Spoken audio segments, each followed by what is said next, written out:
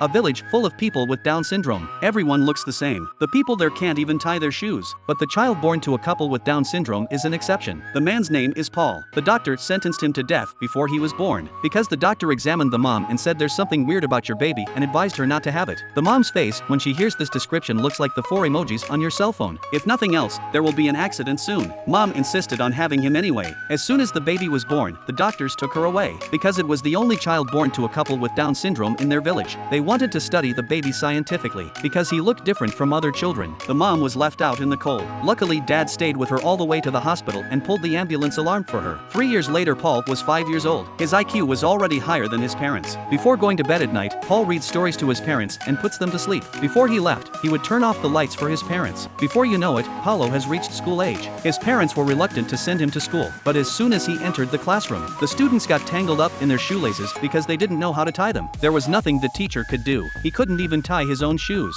Paul silently walked to the front and easily helped his classmates untie their shoes. Shortly afterward, Paul celebrated his 6th birthday. His parents gave him a pair of canvas shoes, and Paul tied his shoes blindfolded. His classmates were baffled. From then on, Paul helped his classmates tie their shoes every day. But such a very smart boy was taken to the deep sea by the villagers and a huge stone was tied to him.